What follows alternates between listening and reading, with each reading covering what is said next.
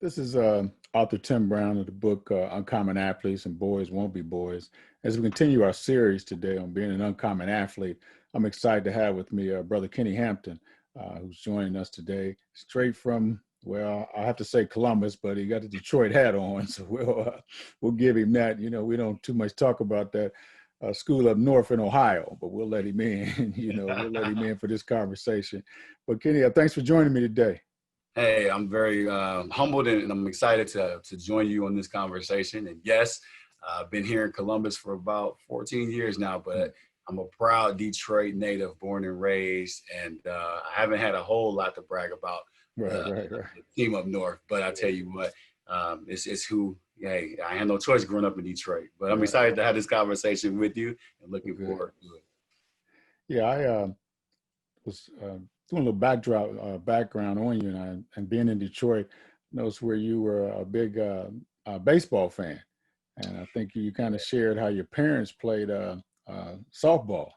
Yeah, you're always around the game baseball, which is kind of, when we talk baseball, it's really kind of uncommon for an African American kid in Detroit, playing baseball, not gravitating to basketball. And we hear all those stories about the great basketball schools there. How did that come about? You getting involved in baseball?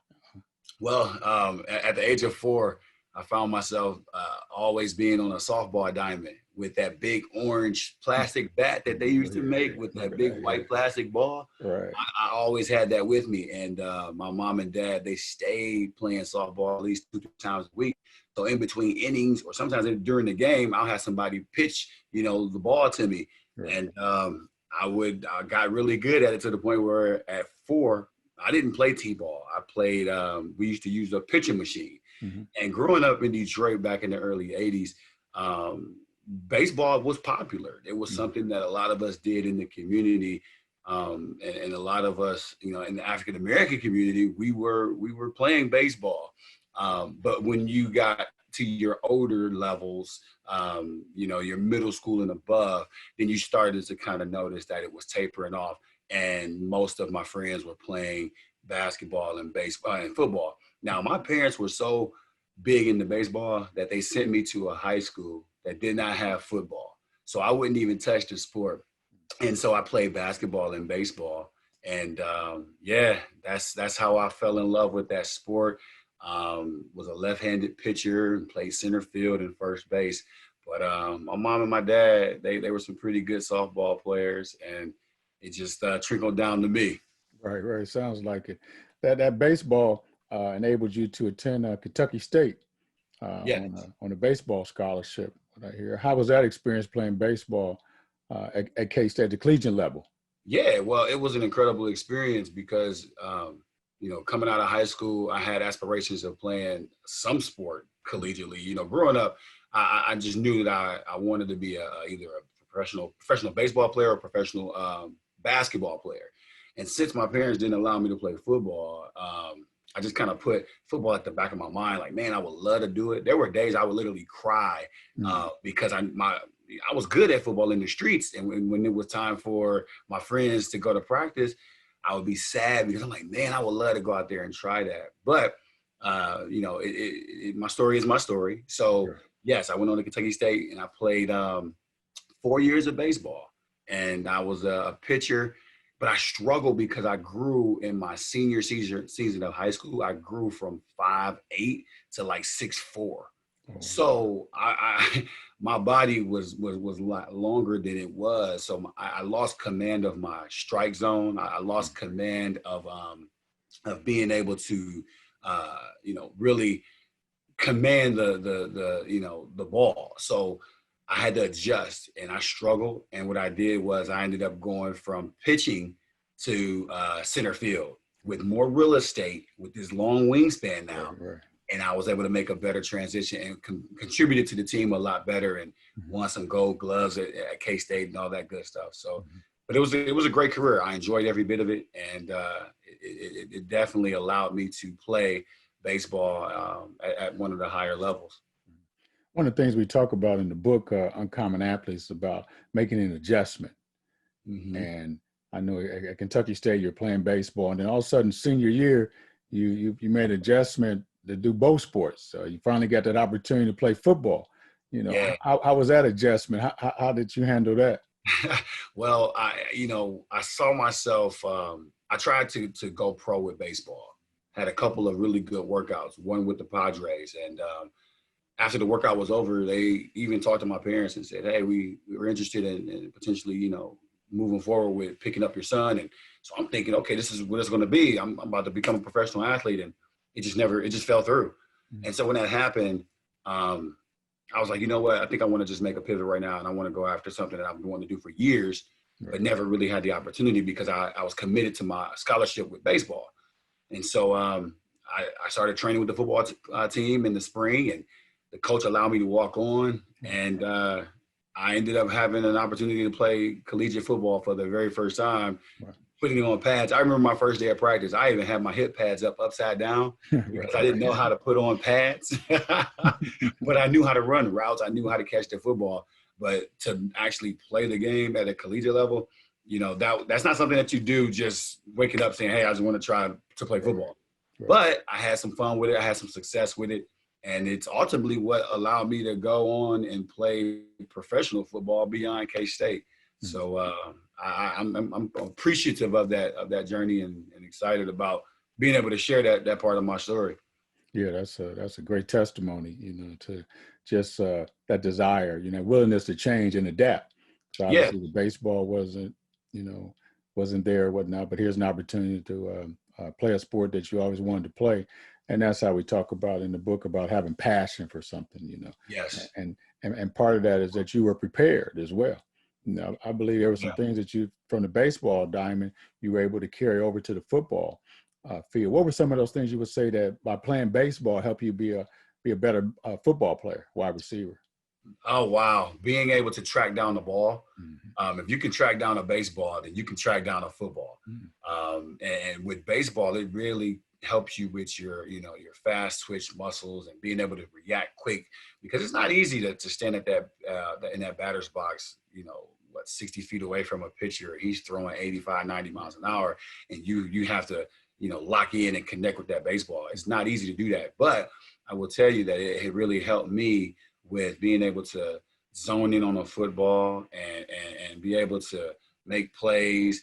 And then playing the outfield really helped me understand angles, with route running and creating separation and things like that. So, my baseball career is what allowed me to make that transition to football a lot easier, because looking up in that air at that small ball, and then now I'm seeing this larger pigskin, Right. I was actually able to see that thing through and bring it in. Yeah. That's good stuff there. How about now you kind of making another pivot in your life? You're author of a book, and I see your Underdog shirt on that you authored a book, the Underdog Mentality book. Where did that come from? Man, the underdog mentality came when I was at the depths of my battles with depression and identity crisis and anger and regret, and anxiety. So these mental hurdles that you can't see those. If you're looking at me, you just can't see them. They're not visible. Mm-hmm. And being, the husband of my beautiful bride, going on 13 years now, and then the father of our children, Kennedy, who's 14, and KJ, who's 8. I dealt with it behind closed doors, and for about 3.5 years, when they would go to sleep, at night, I would stay up and have moments where I would just cry, because I would hear Sports Center come on, and at a point in my life when I was younger, and I would hear Sports Center come on, I would get excited because highlights were coming. But then I reached a place in my life where I would hear that da da da da da da, and I would want to throw up, because it was a reminder of who I wasn't, and it was a reminder that I was feeling like I was a failure. Mm-hmm. And so the underdog mentality is something that was placed in my heart, and God gave it to me because I needed to share my story, and it aligns with like David versus Goliath, where I highlight the idea that I've been able to overcome some of these mental battles in my life, and I was an underdog to them. I was expected to lose, and I was expected to just allow that to just really keep me in that rut. But that's not who I am. That's not what I'm about. I'm about being competitive, and I'm about picking up myself and being a leader, and understanding what my purpose is. And it was put on my heart to really find out what that was, and I was led to a scripture, Romans 8:28, and it really hit home to me that all things are working together for my good.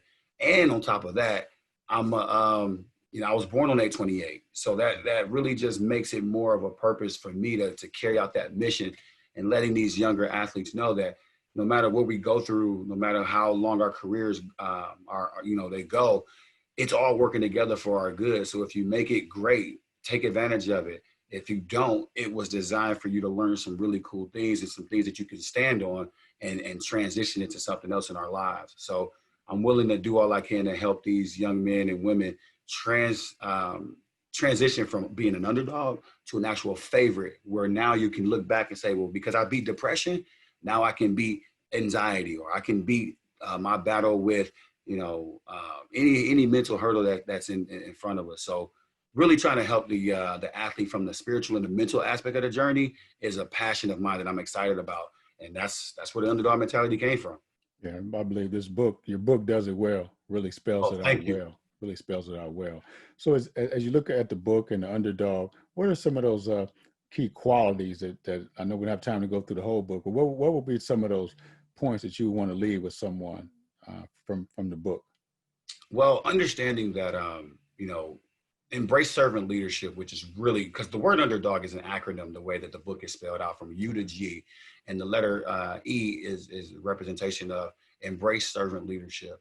I reflected on or I shared that I'm the husband of a beautiful bride, and I have a family. So it's not about myself. It's about what am I doing for others, and how can I add value and sow into the lives of other people. So, in the search of trying to figure out what my purpose was, I had to like make sure that was at the core. Like, who am I doing this for? Because somebody is going to need to hear my story. And I encourage anyone else, if you're struggling to find out what your passion is or what your purpose is, ask yourself, how can I serve somebody else? Because by law, it has to come back to you, because we reap what we sow. So if you're doing good and you're trying your best to help someone else, good is going to come back to you. There's a quote inside of the book that I say, where if you never sow, you'll never grow, then you'll never know.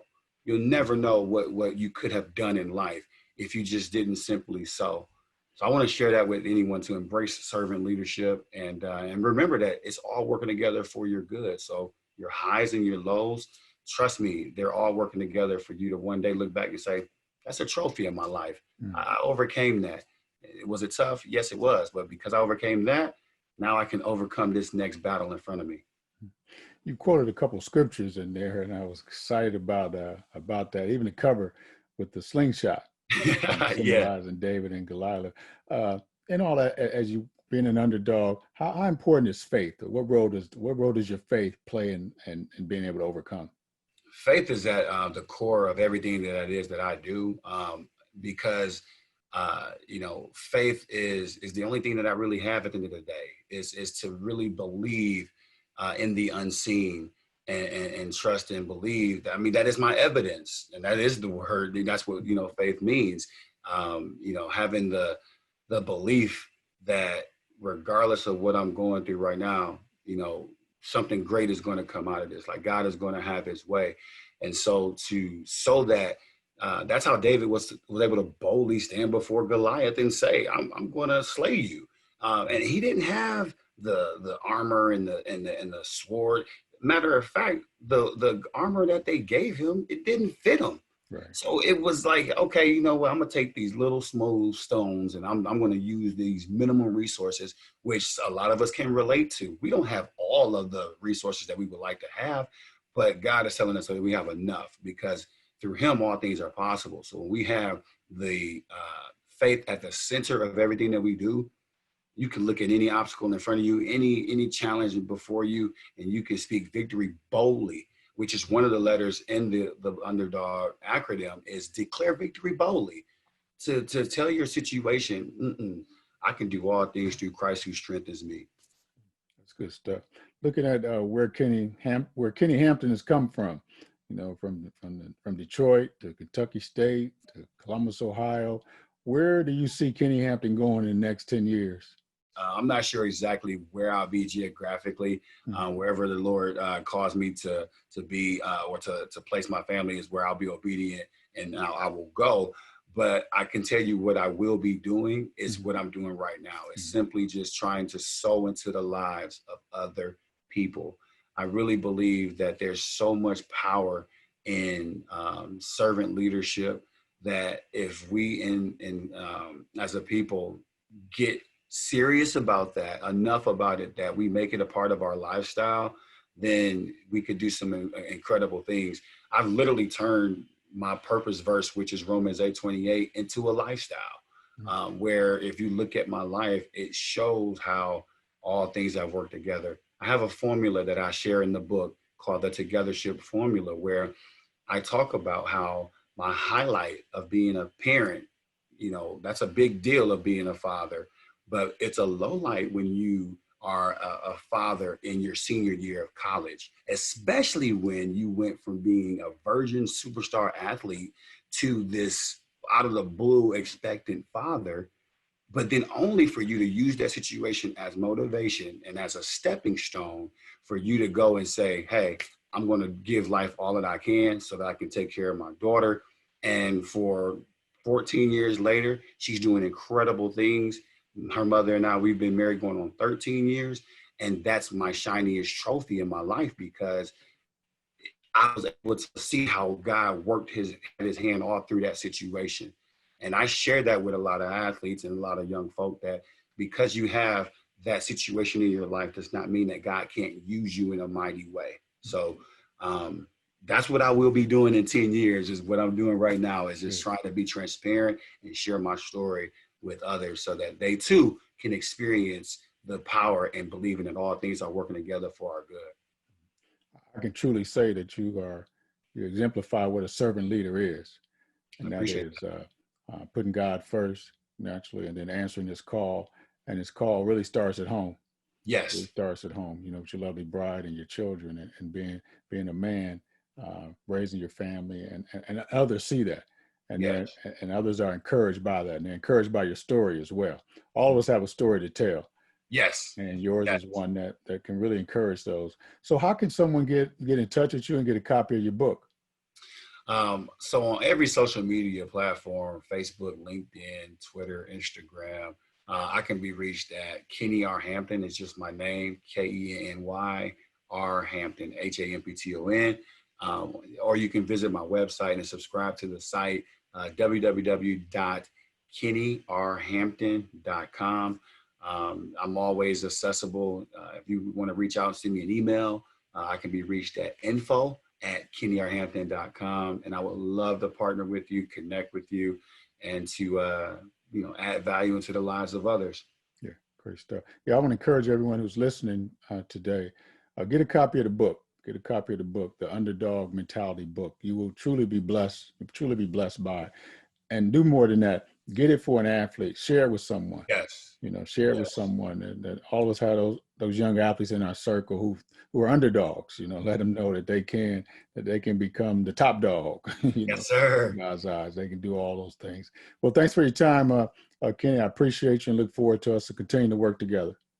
You're very welcome, and continue doing what you're doing. You're doing an incredible job. So anything I can do to always help you and support what you're doing with the Boys Won't Be Boys and with the Uncommon Life, you got my support 110%. So I'm excited to see what God is going to do with this partnership. Yeah. All right. Thank you. Appreciate your time. All righty. Be blessed.